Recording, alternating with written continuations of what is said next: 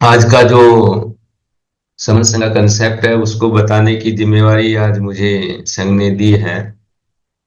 तो इस पे दो तीन बातें थोड़ी आज मैं कुछ अलग से कुछ सोचा कि अलग से कंसेप्ट सा दिया जाए, उसमें इंक्लूड किया जाए बातें।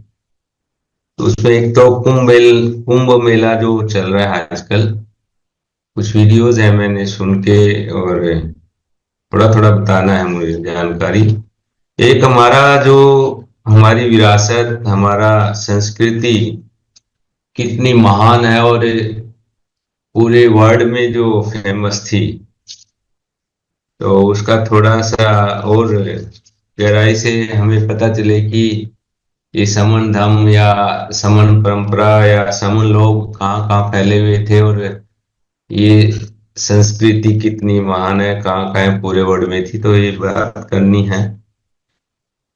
एक क्योंकि वो उन्होंने हमारी जो सारी कल्चर को जो भ्रमित करके, सारा उल्ट फेर करके, और हमारा असली इतिहास है उसको कैसे दबाया, कैसे विकृत किया, तो वो भी हमें थोड़ा ध्यान देना है।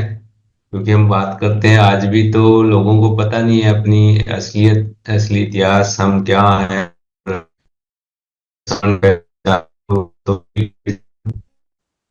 तो जबकि बाबा साहब ने पाली भाषा की एक, जिसको डिक्शनरी बोलते हैं, साइज है 16वीं वॉल्यूम है, और उस पे इतना समय लगाया होगा कि पाली भाषा का शब्दावली को हिंदी में और उसके अर्थ निकाल कर डिक्शनरी है, तो नेचुरली उसकी इम्पोर्टेंस है, वो हमें समझनी चाहिए। उन्होंने उन्हें पता था कि आज की वो जब थे कि आज कोई समझने वाला नहीं है, तो उन्होंने जो भी परिस्थितियां थी उसके अनुसार लोगों को समझाया। पर जो लिख के गए इतना सारा, उसमें से एक पाली पे जो उन्होंने डिक्शनरी दी, उन्होंने होप की होगी कि हमारा जो समाज के लोग, समूह लोग बाद में आएंगे और जब पढ़ेंगे थोड़ा उनको, क्योंकि तब तो पढ़ना भी अलाउड नहीं था, एक किस्म से संविधान उन्होंने लागू होने के बाद। तो सोचा होगा कि तब अपनी असली विरासत जान पाएंगे। और जैसे उन्होंने बार बार बहुत सारे ऐसे कोटेशन है कि जो समाज अपना इतिहास नहीं जानता वो अपना इतिहास बना नहीं सकता। तो उन्हें पता था कि इतिहास कहाँ किसने कैसे खत्म किया, और किसको समझाते किसको बताते, क्योंकि शिक्षा थी नहीं। और उन्होंने ये भी कहा कि जो जब इतिहास कोई जान लेता अपना, तो वो गरजता है कैसे, शेरों की तरह। तो ये सब बातें हमारे महापुरुषों ने जो बताई है, तो आज का जो कंसेप्ट है, अभी हमारा 9 तारीख को, 9 फरवरी को समन संखार उत्सव है, जो पहला जो उत्सव है हमारे समनों का एक किस्म से आजकल। तो जो हमारी उत्सव है वो भी हमारी संस्कृति विरासत का हिस्सा है, हमारी विरासत है। जितना हमारी हिस्ट्री है इसी तरह हमारे उत्सव भी हमारे हैं, जो अभी तक हमने उनको ऐसे ही छोड़ा हुआ है। और जो हम तक के जो अलग अलग और पार्टियां या थिंकर कह सकते हैं, आगे समाज को बताया, और कुछ बहुत ज्यादा समाज को बढ़ाने वाली बातें नहीं बताई। कि ज्यादातर जिक्र हमने भी पहले यही सुना था कि हम 5,000 साल से गुलाम हैं, और तो ये बात अब समन संघ में आगे पता चली, तो ये सारे ही सारा झूठ फैलाया हुआ है कि हम गुलाम 5,000 साल से हैं। फिर इतनी हमारे अंदर हीन भावना आती है, तो ऐसा कुछ है नहीं। तो पता नहीं कैसे इसको आगे बढ़ाया इन्होंने ये सब बातें, बिना जाने बिना समझे। और जो कुछ लिखा हुआ था वो अमनों का ही लिखा हुआ था, और वो सब उन्होंने कैसे लिखा, क्या लिखा, बात बार बार करते हैं कि पता नहीं उन्होंने क्या भांग नशा करके क्या क्या चीजें लिख दी, ग्रंथ लिख दिया ऐसे उल्टे सीधे। और हमने उन्हीं बातों को समाज में फैलाया और उससे हीन भावना आई, और हमारा जो हमारी असली पहचान का क्या है, वो भी जो भ्रमित करने वाली, या जो हमारे गौरवमय इतिहास है, गौरवमय पहचान है, उसको छोड़ के जो सरमन हमें ज्यादातर बताया गया, तो वो भी कभी समझा नहीं कि हमारी ये पहचान सरमन है। ये श्रम, हम श्रमजीवी श्रमिक और सिर्फ काम करने वाले मजदूर, और ऐसा कुछ जिससे आभास होता है।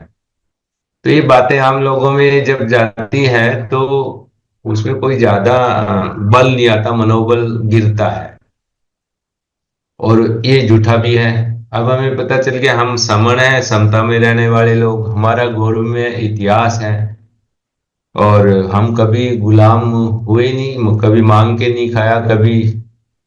तो ये सब बातें हमें आके पता चली। तो हमारे जो त्योहारों में जैसे आजकल चल रहा है कुंभ मेला है, ये कहीं इसमें उनमें से एक परंपरा हुई जो 12 साल में एक बार जैसे हम आते हैं, तो उस दिन लोग 3-4 जगह हैं फेमस, वहां पे जाते हैं। और जो वैसे आजकल चल रहा है कि वहां कोई उस इस दिन को एक समुद्र मंथन से भी कहीं ना कहीं कंपेयर किया हुआ है, और समुद्र मंथन में जो अमृत मिला वो 4 जगह बिखर गया, कि जो है उज्जैन है, हरिद्वार है, प्रयागराज जो हम बात कर रहे हैं। तो ऐसी कुछ कल्पना काल्पनिक बातें हैं। और साधु संत हैं अखाड़े के, वो सब शाही स्नान करते हैं और उससे सारे पाप धुल जाते हैं। जैसे कि लोग पाप करने के लिए मतलब करो पहले और फिर धो आओ, तो जिस तरह की ये इनकी सोच है, या जो बातें हैं हमारे विरोधी या वामन लोगों की, तो हम समनों की बात करते नहीं है। इसका इतिहास कहें तो ह्यून सांग की बुक है, किताब है, एक भारत यात्रा का विवरण है उसका। वो भारत में आए थे 629 ईस्वी से 645 ईस्वी में रहे, क्योंकि भारत में बहुत सारे ट्रेवलर्स आए हैं, यात्री, और उन्होंने यहाँ के इतिहास का सच्चाई है वो सारी दर्ज की हुई है। उसमें चाइनीज जो यात्री ज्यादा आए हैं। तो हयुन सिंह जो यहाँ रहे थे, उन्होंने जो बताया इसके बारे में कि हर्षवर्धन राजा थे, उनको शिलादित्य भी बोलते हैं, क्योंकि वो सील का जो पालन करते थे और करवाते थे। उन्होंने शुरू में तो बहुत सारे अपनी युद्ध किया 6 साल तक, और बहुत सारे अपने विरोधियों को परास्त किया, और उसके बाद उन्होंने सारे हथियार त्याग के उस धर्म को फैलाया पूरे इसमें। उसी प्रक्रिया के उसमें वो जो है लोगों में नियम और धर्म के सारे पालन करने के लिए नदियों के किनारे बहुत सारे दिए बनवाए, स्तूपा बनवाए, और वो 12 साल में इलाहाबाद यहाँ आ जाते थे और अपना राज्य का बहुत सारा धन और वो सब दान कर देते थे। तो दान परंपरा से ज्यादा लिंक है इसका, जो आज का सिस्टम है नहाने का और वो सब जैसे चल रहा है, ये सब नहीं था। और दान में वो सबसे पहले भिक्षु संघ को सबसे पहले बुद्ध की जो पूजा या उनको उनका प्रतीक या क्योंकि बहुत सारे 100-100 फुट ऊंचे गंगा के किनारे स्तूप बनवाए हैं, बहुत सारी चीजें जो अभी लुप्त भी हो रही है काफी, या दबी हुई है। तो जगह जगह भगवान बुद्ध के स्तूप बनवाए थे उन्होंने, और वहां पे सोना चांदी और बहुत सारा दान किया जाता था उनके बाद उनके द्वारा। और कहते हैं कि वो सारा का सारा खजाना जो उनके राज्य का था वो वहाँ खाली कर आते थे, और बड़े खुश होते थे, बहुत खुश होते थे प्रयागराज में वो सब करके। और कहते थे अब ठीक है, जो जितना धन था वो सब ऐसी जगह चला गया है कि वो उसको मिसयूज भी नहीं कर सकते, गलत मतलब है पवित्र कामों में नहीं लगेगा, सही जगह गया है। और फिर से दोबारा उसी तरह से अपना राज करने लग जाते थे। तो ये सारी सारी ये चीजें जो है, इस तरह की चीजों को जिन्होंने कैसे विकृत किया और कैसे अपने धंधे के लिए और काम नहीं करने वाली जो एक कैटेगरी है, जिन्होंने कभी काम किया ही नहीं, तो उन वो लोग तो फ्री का, या जो भी बैठे बैठे खाने वाले परंपरा के लोग हैं, लूटपाट करने का जो तरीका है, तो लूटपाट के तरीके कई तरह से अपनाते हैं सीधे सीधे, तो उनमें दम नहीं है इतना। तो भ्रमित करके और मंदिर व्यवस्था वाला सिस्टम जिसमें काल्पनिक भगवान और सब बिठा के वो एक इस तरह का सिस्टम बिगाड़ा हुआ है हमारी है विरासत को। इसी तरह कुछ और भी एक दो चीजें कि हमारा जो है युगों की एक बात है, कई बार कहते हैं कि चार युग हुए हैं, सतयुग, त्रेता युग, द्वापर युग और कलयुग। कलयुग अब चल रहा है कहते हैं। और पुराने युगों के बारे में पता नहीं है कुछ, बहुत साले हजारों सालों की लाखों सालों की भी बात करते हैं, कई तरह की इस तरह की चीजें हैं। तो वो भी बहुत सारा घालमेल वाला है, वो थोड़ी सी बात उसमें मैं बताता हूँ। कुछ सुना मैंने कि सतयुग जो है वो बुद्ध काल को ही बोलते हैं, और उस टाइम जो है, जो धर्म धम्म है वो अपने हाईएस्ट उस पे था, और उसको इन्होंने कैसे चीजों को बताया, कैसे किया है वो, क्योंकि बुद्ध को तो ये कभी बताया नहीं और हम लोगों को भी नहीं पता। तो उस समय के चार अवतार की बात करते हैं वो, कि चार अवतार हुए उस दौरान, उस समय। हालांकि वो समय ये काल ये नहीं बताते हैं, लेकिन मत्स्य अवतार, वराह अवतार, क्रम अवतार और नरसिंह अवतार, तो ये चार अवतार हुए विष्णु के बताते हैं। और विष्णु की अगर बात करें तो वैसे तो वैष्णव पंथ और शैव पंथ 7वीं सदी के बाद हुए हैं। पहले शैव पंथ आया और फिर वैष्णव पंथ आया। तो शैव पंथ के बारे में तो जो है कि ये बुद्ध का ही जो है जो उसकी मूर्ति और उसके चित्र को बिगाड़ के, और जिसको ओलिकतेश्वर बुद्ध भी बोलते हैं, और कुछ भिक्षु या कुछ ऐसे लोग ही जो अलग अलग बुद्ध का धर्म है, वो बाद में महायान, हीयान और तंत्रयान, वज्रयान में जो बदलाव हुआ समय के साथ, तो वो उन्होंने अपना एक फायदा उठाया और इन चीजों को, या वमनवाद हम में भी आया है, तो भिक्षु ने उन्हें बहुत सारी बुराइयां आ गई थी, तो लोगों ने वैष्णव पंथ, ये शैव पंथ शुरू किया, और फिर बाद में अवतारवाद वाला कंसेप्ट है वो 9वीं सदी के बाद आया है। लेकिन वो इसको कहानियों में, ग्रंथों में कुछ उल्टा पुल्टा करके, और पुराने जो, अगर बात करें पहले सतयुग था, और उसके बाद सही में तो द्वापर युग होना चाहिए, लेकिन वो दूसरे नंबर पे त्रेता युग है और फिर द्वापर युग है। तो ये कोई विशेष घटनाएं हुई थी उस पे है, लेकिन ये वो बात बताते नहीं है। तो ये अवतारवाद का बात करें तो जो बुद्ध के, इन्होंने किसको कैसे प्रतीक माना है, कि जो नरसिंह अवतार है वो बुद्ध का अवतार, बुद्ध को माना है, क्योंकि सबसे पहले बुद्ध हुए हैं। और जो विष्णु की बात करते हैं या अवतार की भी, उसके अवतार हैं सारे, तो वो तो सबसे लास्ट में है, उसका हो ही नहीं सकता, जो इस तरह की जो बातें करते हैं। और वराह है वो सारिपुत्र, सारिपुत्र हैं जो अरहंत भिक्षु जो है। फिर मत्स्य अवतार है वो मोद मोगलायन का है, और कुर्म अवतार भी है एक कश्यप। और सारिपुत्र और मोद मोगलायन तो बुद्ध से पहले उनका शायद परिनिर्वाण हो गया था।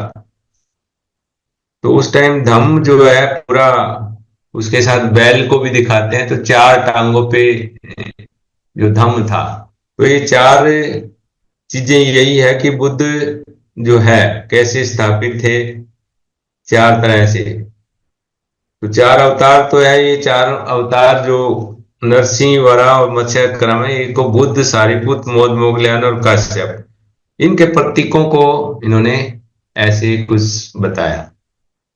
असली में ये थे। उसके बाद नेक्स्ट जो द्वापर युग की बजाय त्रेता युग हुआ, तो त्रेता युग में ये बात है कि हाँ, थोड़ा हो गया था कि उसके बाद चार, जो बैल एक प्रतीक दिखाया था हमको, उसको चार की बजाय तीन टांगों पे दिखा दिया उसको। तो बहुत सारे हमारे देवी देवता, देव, भिक्षु, भिक्षुणी, महादेव, क्योंकि बुद्ध ही महादेव हैं, देवताओं के देव जो बात करते हैं। और जो धर्म है हमारा वो सनातन धर्म जिसको बात करते हैं। तो ये सारी चीजें इन्होंने कैसे बिगाड़ी है। शाश्वत अंतिम सत्य है, जो सनातन धर्म है ये शाश्वत है और यही अंतिम सत्य है, तो सच है, धर्म भी सच है, सच्चा है। बुद्ध के समय में बहुत सारे शब्दावली की बात हुई, और ऐस धम्म सनातनो, जो बुद्ध के समय की, बुद्ध का जो है मंत्र, तो उस समय जैसे बात थी कि न ही वेरे न वेरानी समन्ति था उदा कुनंग, अवेरे नाचे समन्ति, ऐसा धम्म सनातनो। तो सनातन शब्द का उपयोग सबसे पहले बुद्ध ने किया था, और इसका मतलब है कि वैर से वैर कभी शांत नहीं होता, और अवैर से ही वैर मिट सकता है। यही जो है ना शाश्वत है, यही सनातन धर्म है। तो ये बुद्ध के समय पे जो जितना सारा धर्म था और लोग कैसे रहते थे, उसका फिर थोड़ा ह्रास हुआ बाद में। तो वो ह्रास हुआ, वो त्रेता युग बोला है, न कि द्वापर। तो त्रेता युग में भी इन्होंने कुछ प्रतीक बनाए हुए हैं। जो कश्यप है, उपाली और आनंद है, तीन ये अनंत भिक्षु हुए हैं।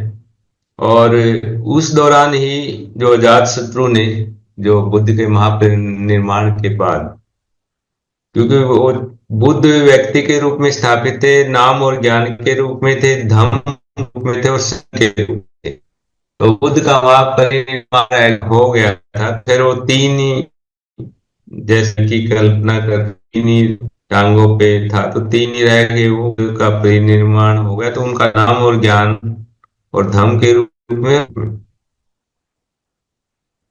तो त्रेता युग में जो अजातशत्रु जो जो है द्वारा जो संगीति लगाई गई थी, दूसरी प्रथम बौद्ध संगीति, और उसमें कश्यप, उपाली और आनंद थे, और त्रिपिटकों का जो है संग्रह किया गया, जो नियमों का बहुत सारे, और उसको त्रिपिटकों में बांधा गया। तो बुद्ध का सारा साहित्य उसमें हुआ, और 3 महीने में कहते हैं इनको सारे जितने नियम थे उनको क्रमबद्ध करके और पिटकों में रखा गया। और बुद्ध साहित्य में तीन का बहुत ही ज्यादा महत्व है, जैसे त्रिदेव, त्रिरतन, बुद्ध, धम्म और संघ है। त्रिरतन है, त्रिदेव है वो कश्यप, उपाली और आनंद है। और त्रिलोक है, त्रिशूल है, त्रिमूर्ति है। तो ये सारे शब्द जो है बहुत ही इनका महत्ता रही है।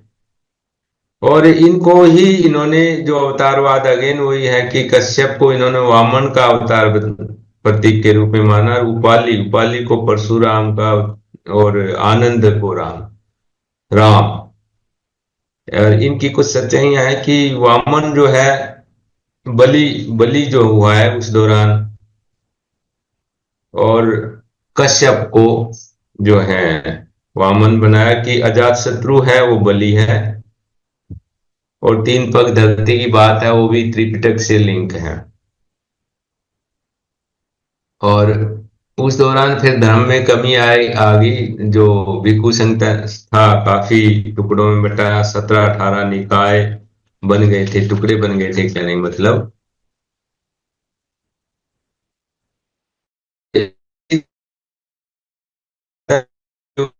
घटना ये उस टाइम अशोक और कलिंग का वार है, उसी को इन्होंने एक महाभारत की घटना के रूप में कुछ बताया है। एक्चुअल में अशोका और कलिंग का युद्ध था, उसको इन्होंने किया है। अशोका के का समय में कि भिक्षुणी संघ जो है उनको मान बहुत मिलता था, और ज्यादा उनका मान होता था, सम्मान होता था, दान में बहुत कुछ मिलता था। तो दूसरे जो अन्य संप्रदायों के या अन्य तीर्थक थे, उनको सम्मान मिलना कम हो गया था। तो उन्होंने फिर धीरे धीरे क्या हुआ, भिक्षु संघ में घुसपैठ करनी शुरू कर दी, और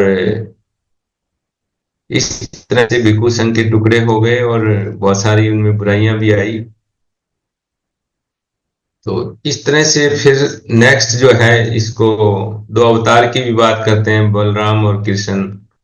तो बलराम जो अशोका है, और कृष्ण है वो कनिष्क है। इस तरह की इन्होंने काल्पनिक बातों को ऐसे सामने रख के प्रतीकों के रूप में, कनिष्क के समय चौथी जो है बौद्ध संगीति हुई थी, उसको कहते हैं धर्म की पुनर्स्थापना हुई। तो इस तरह से ये कनिष्क के बाद फिर गुप्त वंश आ गया था, और गुप्त वंश के बाद फिर कलयुग की कहते हैं शुरुआत हो गई थी, क्योंकि ज्यादा ह्रास हो गया था। सारे जो है कहते हैं जो धर्म है, धर्म के गुरु है, वो सारे गलत काम करेंगे। इस तरह की जो बातें हो भी रही, आज भी हो रहा है। तो उसको ब्राह्मण धर्म भी कह देते हैं। कई बार उन्होंने ब्राह्मण धर्म जो है स्थापित कर लिया, और जो गुरु थे सारे धर्म का फायदा उठा के, जैसे आज भी ऐसा ही चल रहा है। कोई गुरु जो उस नाम धर्म का लेते हैं, लेकिन सब और उसको उस टाइम के गुप्त वंश तक काफी कुछ जो है ना, बौद्ध भिक्षुओं का भी अंत हो गया था। उनको एक तोरमन और मीर कुल हुए हैं राजा, वो बहुत ज्यादा दुष्ट और क्रूर थे। उन्होंने बहुत सारे भिक्षुणियों के कत्लेआम किया, और बहुत सारे जो है मठ, और पाटलिपुत्र है वहां भी बहुत सारा उन्होंने नाश किया, मठों का तोड़ने का और बौद्ध विहारों का। तो उसके बाद नेचुरली जब वो कम हो गए, तो फिर वो स्थान ब्राह्मणों ने ले लिया, और उन्होंने फायदा उठा के धीरे धीरे अपनी जो स्थापना, जो ब्राह्मण धर्म का या बुराइयों का पुलिंदा कह सकते हैं, ऐसा कुछ ला दिया। इस तरह की एक कहानी जो है, इस तरह की कुछ सच्चाइयां कहीं इसको बताई गई। और कलयुग में कि अब फिर कहते हैं कि ये बाद में फिर 10वें अवतार होंगे, जिसको कल के अवतार की भी बात करते हैं, कई बार सुना है होगा सबने। तो ये कल की अवतार का भी, हालांकि अवतारवाद को ये स्थापित तो रखे रखना चाहते हैं कि आएंगे, लेकिन अवतार तो स्टार्टिंग बुद्ध, और बुद्ध के ही सारे अवतार माने अगर कहीं, और माने क्या है भी ऐसा कुछ, अगर अवतार की बात करेंगे तो काल है ऐसा आएगा। तो उसको सामने रखते हैं देवदत्त को एक सफेद घोड़े पे, क्योंकि बुद्ध से तो नफरत करते हैं। तो जो बात लोगों में फैलाने की है, वो इस तरह से जो है कल की है, उसको देवदत्त जो आएगा, क्योंकि वो तो बुद्ध के विरोधी थे देवदत्त। तो ये थोड़ा सा अवतारों के बारे में जो है, युगों के बारे में कुछ बातें थी कि ये चार युग है किस तरह से चले। तो ये सारा सिस्टम तो बुद्ध धर्म से ही लिंक है, लेकिन इन्होंने कैसे उसको प्रचारित करते हैं। इसके बाद हमारी महान परंपरा जो है कैसे फैली हुई थी, वो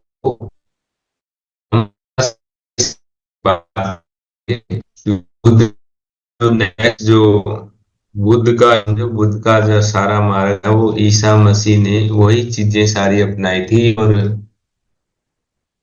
उस दौरान ये कुछ साहित्य है, इससे पता चलता है कि समन लोग कहाँ कहाँ थे।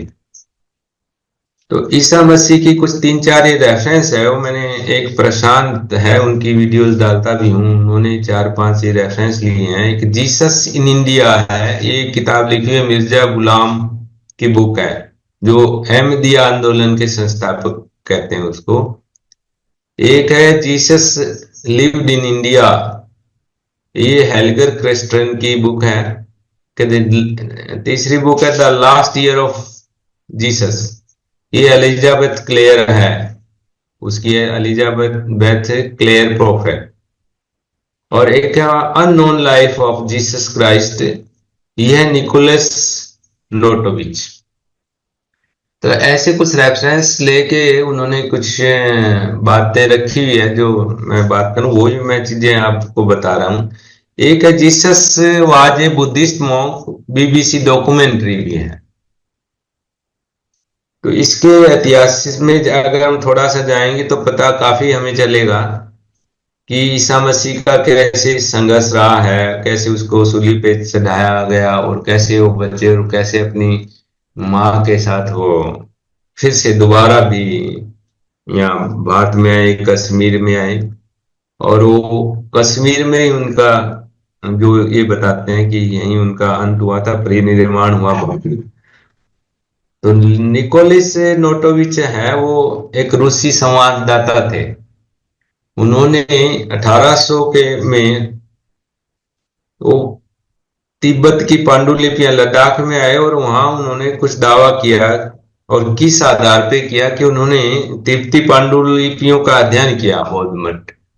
वो पांडुलिपि जो रखी हुई थी वो लद्दाख में है वहाँ। हेमिस मोनेस्ट्री है वो, हेमिस मोनेस्ट्री, हेमिस मठ कह सकते हैं। तो वहां पे पांडुलिपि रखी हुई थी 1894 में, उन्होंने उसका अध्ययन करके और वो सच्चाई सामने रखी। तो लाइफ उन्होंने उसको एक किताब में संग्रह किया कि लाइफ ऑफ सेंट ईसा, इस नाम से एक लेख लिख के और उसको संकलन किया। और उसके बाद ये पांडुलिपियां काफी फ्रेंच भाषा में भी लिखी गई है। उसमें फ्रेंच भाषा में उसका जो नाम है उसको हम कह सकते हैं जीसस क्राइस्ट का अज्ञात जीवन, ऐसे कुछ बनता है उसका, फ्रेंच भाषा की जो है। उसके बाद जर्मन, स्पेनिश, इतालवी, अंग्रेजी में काफी प्रकाशित हुए।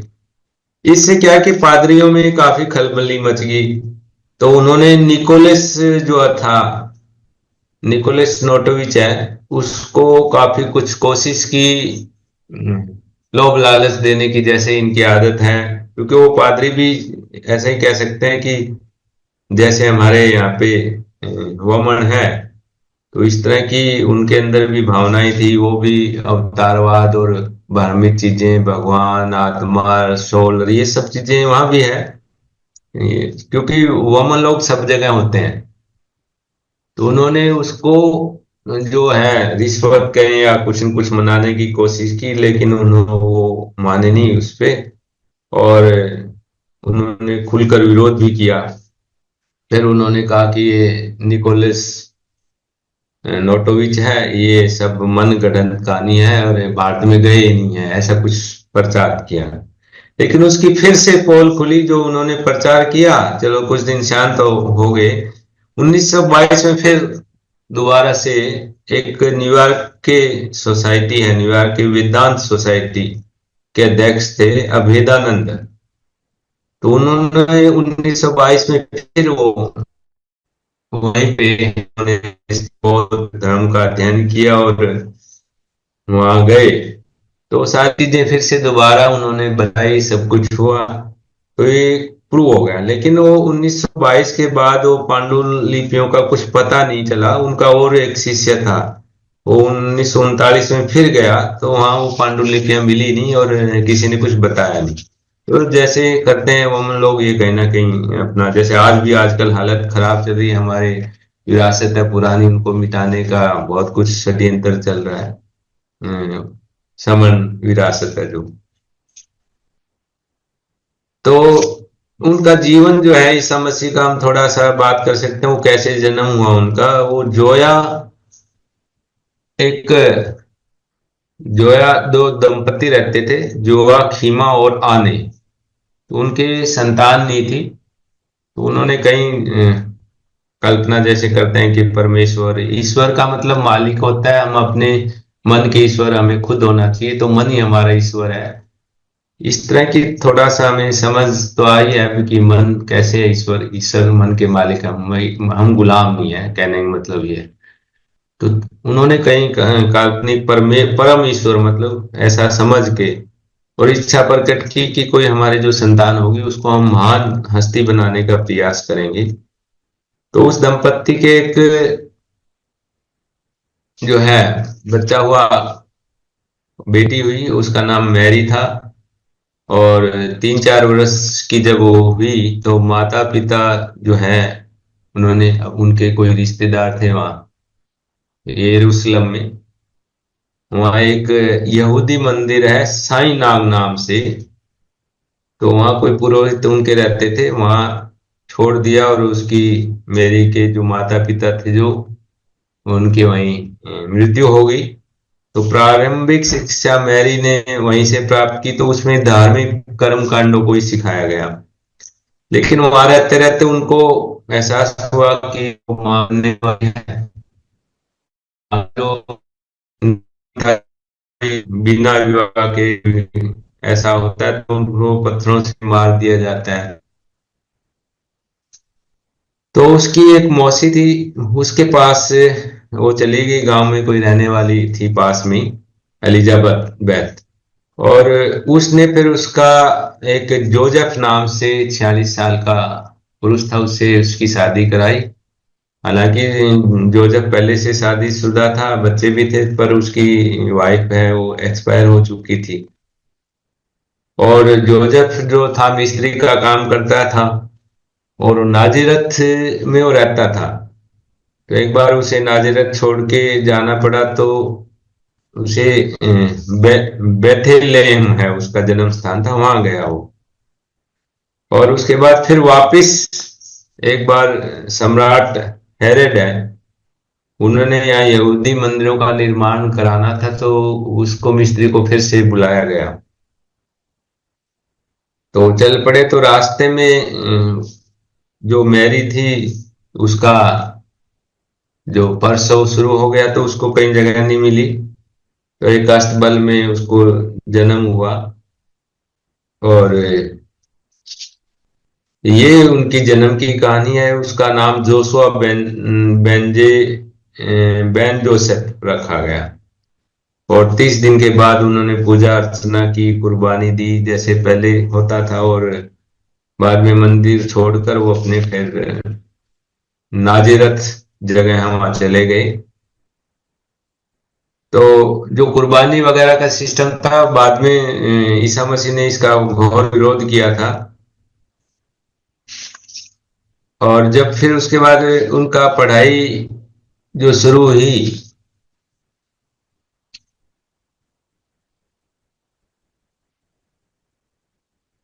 जो ईसा मसीह थे, यीशु बोलते थे वो, उनकी फिर पढ़ाई शुरू की। उनका इंटरेस्ट बड़ा रहता था कि एक तो डेविड के तोरा दे, एक सुलेमान का अध्ययन करते थे। तो डेविड जो बोलते हैं, दाऊद इजराइल के जो राजा थे, वो 1050 ईस्वी के पूर्व के आसपास रहे हैं। और सुलेमान है जिनका वो अध्ययन उन्हें अच्छा लगता था, वो 950 ईसा पूर्व के आसपास वो राजा के पुत्र हुए हैं, पैगंबर भी बोलते हैं उनको। और तोरा जो है, तोरा का अध्ययन भी अच्छा लगता था। तो यहूदियों के ग्रंथों का एक समूह होता था। और उसकी स्थापना जो है, संग्रह है उसकी की थी 1350 ईस्वी के आसपास मिस्र के मूसा ने। तो यीशु जब 7 वर्ष के थे तो बहुत तर्क वितर्क करते थे। और बहुत ही, एक बार वो ऊंचे स्वर में अपने वहाँ मंदिर में कहते हैं कि बोले जा रहे थे कि मूसा जो है, मूसा को ईश्वर का कानून जो है वो लिखा हुआ नहीं मिला था। उन्हें बोल के बताया गया था, ऐसा उन्होंने जोर जोर से बोल रहे थे। और जो धार्मिक ग्रंथों में जो वहाँ के पादरी वगैरह हैं, वो अपने फायदे के लिए, अपना वर्चस्व बनाए रखने के लिए, वो सब उसमें गलत वलत बातें लिख के लिखित में लिखते हैं। तो इस तरह की जब उनका विरोध तो होता था, लेकिन वो बोलते थे बिना डरे, सारे उनको डराते भी थे भी तुम ये गलत बात करते हो। और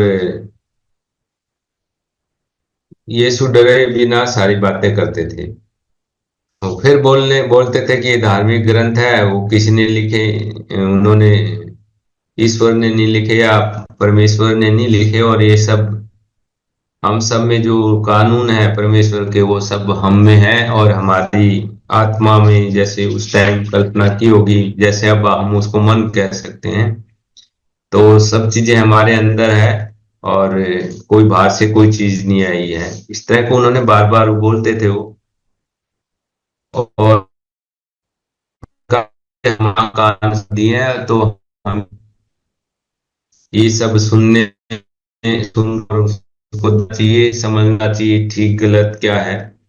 लेकिन लोग सामाजिक और धार्मिक बुराइयों पर अपनी जो है आंख और कान जो है ना बंद करते हैं।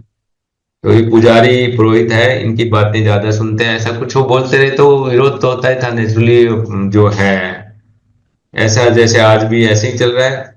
हम इसको ऐसे कर सकते हैं कि जो हमारे यहाँ पे बाहर से लोग आए हैं, तो किस परंपरा, किस तरह के विचार के लोग थे, और वो उन्होंने आके यहाँ पे कैसे चीजें एज इट इज वैसे ही बताई है। तो ये इससे मैं थोड़ा सा इसलिए बता रहा था कि हमारी परंपराएं बाहर क्या थी, और जो लोग यहाँ आए उन्होंने कैसे फिर से उसी तरह की जो वहां थी उस तरह की चीजें बताई है। तो यहूदी सभा के मंदिर में सब में हलचल मच गई ऐसी बात करने से, और यहूदियों में जो सन्नाटा सा छा गया। और लेकिन वहां भी लोग ठीक गलत सभी तरह के थे, तो कुछ लोगों ने कहा भी ये बच्चा ठीक बोल रहा है, सही बात कर रहा है। लेकिन वो पुरोहितों को और उनको कहाँ पसंद थी, क्योंकि उनका कच्चा चिट्ठा जो कर्म कांडों का है उस सब वो खोल रहे थे।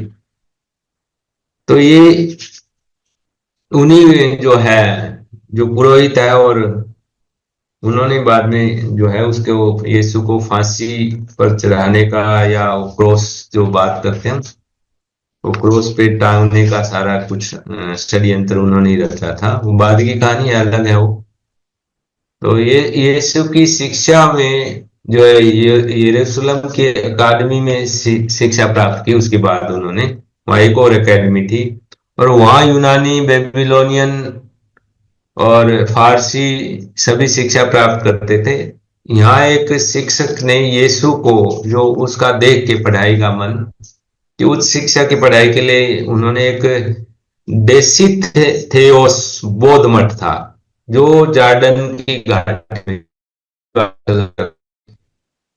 फिर उस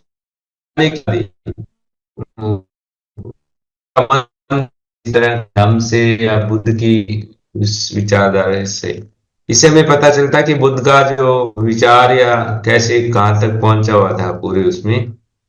तो यीशु ने जो है जेरूसलम की अकादमी में कलाम शुद्ध वहां पढ़ लिया था उन्होंने पहले ही। अ, ईसा मसीह का तो हमें सब पता है कि 2000 के आसपास ही जो है की चीजें हैं ये सारी। तो उन्होंने कलाम शुद्ध पढ़ लिया था। कलाम शुद्ध बुद्ध के समय की बात है। तो यीशु जब एक नगर जो है वहां जा रहे थे, तो रास्ते में एक स्काई पोलिस नगर था, वहां पहुंचे तो उसकी एक नजर पड़ी जो है समनिन साइन नाम, जो समनों का पूजा स्थल है, उस तरह की वो, उसका नाम ही समनों का पूजा स्थल था, उसका नाम था समारिन साइन गांव। उस पर पड़ी, और उसका एक बड़ा सा दरवाजा था, तो उसके अंदर चले गए वो। तो देखा कि सामने जो सिर मुंडे हुए बहुत सारे लोग हैं, मतलब जो अपना मुंडन कराए हुए, और स्त्रियां भी थी उनमें, और लाल वस्त्र पहने हुए थे, और अंदर से ओम मणि पद्मे हूँ। तो ओम मणि पद्मे हूँ जो तिब्बतियन भाषा में एक मंत्र है जो काफी फेमस है, सभी काफी लोग जानते होंगे, यहाँ बैठे हैं। और बहुत सारे दीप जले हुए थे और बीच में एक शांत मुद्रा में एक मूर्ति रखी हुई थी। तो ईसा मसीह देखने लगे, उसमें देखते रहे भी ये क्या है, उसके बड़े ध्यान से। तो वहां पे जो मठ में साधु थे, बहुत साधु थे, मतलब उन्होंने बुद्ध से पूछा कि क्या ये कौन है, क्या है। तो उन्होंने बताया कि ये बुद्ध है जिन्होंने लाखों मनुष्यों का जीवन बदल दिया है। तो मठवासी जो साधु ने यीशु से कहा कि यह जो है, तुम शिक्षा प्राप्त करना चाहोगे क्या, यहाँ उससे पूछा। तो यीशु ने कहा कि यहाँ किसकी शिक्षा मिलती है। तो साधु ने कहा, विवेक की शिक्षा शिक्षा है। तो यीशु से पूछा कि तुम क्या समणी हो। यीशु ने, क्योंकि समणी मतलब समन लोग। यीशु ने उससे साधु से पूछा कि आप समणी हो क्या। तो साधु ने हाँ में जवाब दिया और कहा कि हमारे पूर्वज जो है बाहर से आए थे पहले, और बहुत सारे अलग अलग उसमें भी गए हैं। जैसे उन्होंने बताया कि शाम शाम कंट्री सीरिया को कहते हैं, और अलेक्जेंड्रिया और मैसेडोनिया, रोम, इन सब में भी हमारे पूर्वज आए थे। और कुछ लोग सिकंदर के समय आए और कुछ अशोका के समय आए। तो ऐसा उस साधु ने उसको जवाब दिया ईसा मसीह को। और फिर वो पूछने लगे कि यीशु पूछने लगे उससे कि क्या तुम्हारा ये जो मठ है, देसी थेओस मठ, वो भी आपका है क्या। क्योंकि वो वहीं जा रहा था, देसु थेओस मठ जो बौद्ध मठ था, पढ़ाई करने के लिए। तो उस साधु ने कहा हाँ वो भी हमारा ही है, क्योंकि वहाँ यीशु के और संबंधी भी बहुत फ्रेंड भी थे, दोस्त थे, और पहले भी शिक्षा वहाँ प्राप्त कर रहे थे देसी थेओस में। हाँ, देसी थेओस मैंने बताया जॉर्डन में है, कोई थी उस टाइम जगह। तो वो फिर वहाँ शिक्षा प्राप्त करने के गए और देशु थेओस में, और उनका नाम वहाँ पे सबसे लास्ट में था। उस टाइम चमड़े पर जो है नाम अंकित होते थे, क्योंकि कागज तो था नहीं। और उन्होंने उस मठ में योग साधना, चिकित्सा, तर्क और बौद्ध दर्शन की शिक्षा प्राप्त की। और इसलिए जो यहूदी जो लोग थे, पुरोहित, उनसे खफा भी रहते थे। और यीशु जब जो है देसी थेओस मठ में शिक्षा प्राप्त कर रहे थे, उसी समय तक्षशिला के एक पारथी राजा थे, गांडे फिरोज। उनका अनाथ व्यापार के सिलसिले में वहां गया जॉर्डन। तो वो डेसी थे उसमें पहुंचे, रुके होंगे वहां, और वहां उनकी मुलाकात जो है यीशु से हो गई, राय अनन की। और राय अनन जो है यीशु से काफी प्रभावित हुए उनकी बातों से, और उनको कहने लगे कि क्या आप तक्षशिला में शिक्षा प्राप्त करने के लिए चल पाओगे। तो उनको सलाह दी तक्षशिला आने के लिए। तो एक बार तो उन्होंने जैसे करते हैं जवाब दिया भी नहीं है जा सकते, फिर लेकिन उन्होंने अपने माता पिता की जो अनुमति और अपने वहाँ जो भी गुरु थे उनकी अनुमति लेने की बात कह के, उसके बाद वो काफी मेहनत से जो राय अन्ना थे, उन्होंने उनके माता पिता को मनाया और अपने साथ वो तक्षशिला ले आए उनको पढ़ाने के लिए। तो कैसे तक्षशिला पहुंचे, पहले वो जहाज से, व्यापारिक जहाज था, उसमें बैठ के वो कलिंग पहुंचे। और कलिंग से लुम्बिनी गए, लुम्बिनी में उन्होंने बोध गया, गए लुम्बिनी से, और वहाँ गौतम बुद्ध का ज्ञान प्राप्त किया कुछ। गौतम बुद्ध ने जहाँ लुम्बिनी में ज्ञान प्राप्त किया था, वहां वो पहुंचे। और उसके बाद यीशु जो है वहां पे बोध गया में काफी बीमारियों को जड़ से खत्म करने की कई तरह की विद्याएं, गुप्त साधना की सीखी, बहुत सारा कुछ सीखा वहां पे। और वहां से फिर वो कश्मीर चले गए, और कश्मीर पूरा बौद्ध एरिया सारा। तो वहाँ बौद्ध धर्म का सबसे महत्वपूर्ण केंद्र था उस टाइम। तो दईंद मठ जो है, उसमें उन्होंने कई महीनों तक जो है व्यतीत किए। और उसके सामने जो रहते थे, वहाँ एक सुलेमान का, जैसे पहले बात की थी, राजा का, राजा होता था, सुलेमान का एक कोई सिंहासन था। और वहाँ जो है बौद्ध भिक्षुओं ने उसको, यीशु को बताया भी ये क्या है। और यहूदी रसूल के समय कुछ यहूदी अपनी जान बच कर यहाँ बस गए। जो वहाँ थे लोग, उन्होंने बताया कि यहूदी यहाँ आए थे और वो यहीं बस गए हैं। और कुछ मूसा के समय भी आए थे यहाँ, वो भी यहाँ आकर बस गए। सबने बौद्ध धर्म अपनाया हुआ है। तो काफी एक बड़ा गांव बस चुका था उस टाइम। तो वो सब उन्होंने ऐसा कुछ बताया। और मूसा की कब्र भी वहां पे है, पास में गुफा थी। और यीशु उस मठ में रहने वाली, इन द मीन टाइम जो वहां रहने लगे, तो एक महिला से उनको प्रेम हो गया और उसे शादी का उन्होंने प्रस्ताव रखा। तो प्रस्ताव रखने से भिक्षु, भिक्षुणी संघ या भिक्षु थे, उन्होंने तो मना किया। लेकिन वो जैसे तैसे करके बात करके, क्योंकि वो राजा का जो है, तक्षशिला का राजा था, उसका गेस्ट था यीशु। तो कहीं ना कहीं इस तरह से उसको एक वो मिल गई, अनुमति भी मिल गई और शादी कर ली। और वो महिला थी, वो पहलगाम की रहने वाले थे और एक यहूदी परिवार से ही संबंध रखती थी। तो यीशु को फिर वापस जाना था, तो तब वो तक्षशिला गए और वहाँ के राजा से मुलाकात की। वहाँ पे खूब गर्मजोशी से उनका स्वागत हुआ। और कुछ दिनों बाद वो अपने वापस जेरूशलम जाना चाहते थे। तो उनकी पत्नी जो, उनको वहीं छोड़ा तक्षशिला में, क्योंकि वो फिर बच्चे की माँ बनने वाली थी। और उन्होंने तक्षशिला के राजा से अनुमति लेके और अपने जेरूशलम चले गए। और ये कहा कि मैं जल्दी वापस आ जाऊंगा। तो ये यहाँ तक की बात है। दोबारा जाके फिर से वो फिर आए हैं कश्मीर। कुछ जब वहां जाने के बाद उन्होंने वहां पे सारा बौद्ध धर्म का प्रचार किया, नियम बात की।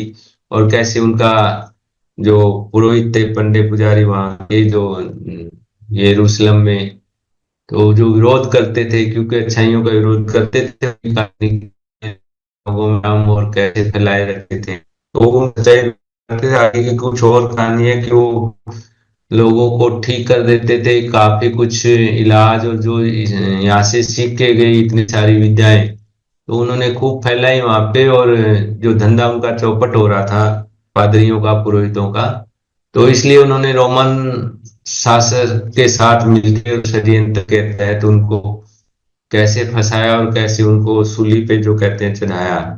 लेकिन वो फिर भी बच गए और अपनी माँ के साथ और कैसे करके वो फिर से वापस कश्मीर आए।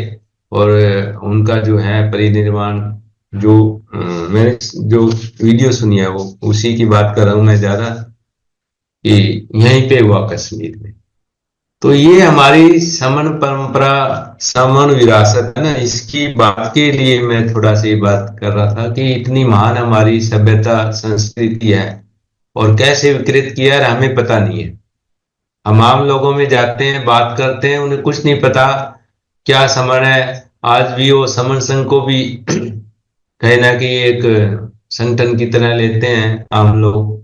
और कहीं चंदा देने की बात है, और है अभी जैसे रविदास जयंती आ रही है, तो कहीं जगह जगह मनाएंगे, पैसे देंगे। और पता है कि ये सब अलग अलग कुछ नहीं हो रहा, फिर भी मानते नहीं है कि नहीं, समाज है, देना पड़ता है, ये भी करना पड़ता है। उनको कितना समझाओगे भी तुम, ऐसे अलग अलग गुटों को अलग अलग जगह जगह मना के, और कोई फायदा नहीं हो रहा, हमारा पैसा बर्बाद होता है चंदे के कारण। वो लोग इकट्ठे भी नहीं होते हैं और एक साथ नहीं होते। एक एक मोहल्ले में कई कई प्रधान बने हुए हैं। एक शहर में कई कई जगह ये मनती हैं। और कई हमारे जो अलग अलग जातीय, हमने उसको मठ क्या कहेंगे, जातीय जो भवन बना रखे हैं, उससे चिपके रहते हैं। और आपस में बैठ के कोई महीने 15 दिन में साथ बैठने तक को तैयार नहीं होते। अब बात करते हैं, वो तैयार नहीं है। ऐसा मेहनत करनी पड़ेगी। सन्नी बाहुल है हमारा एक सबसे बढ़िया तरीका है, उसी से हम आगे बढ़ सकते हैं, समझा सकते हैं। और हमारी जो अभी समन संकार उत्सव है, उसमें ज्यादा से ज्यादा हमारी संख्या में अभी पहुंचे, वहां पे अपने खुशी मनाए, हमारी संस्कृति विरासत को जाने। इसी के साथ में अपना जो है समन संघ के कंसेप्ट के रूप में जो कुछ वक्तव्य दिया है, बताया है, वो समाप्त करता हूँ। मुझसे कुछ गलती हुई तो संघ मुझे माफ करे, संघ मुझे माफ करे, संघ मुझे माफ करे, संघ नमामि संघ नमामि संघ।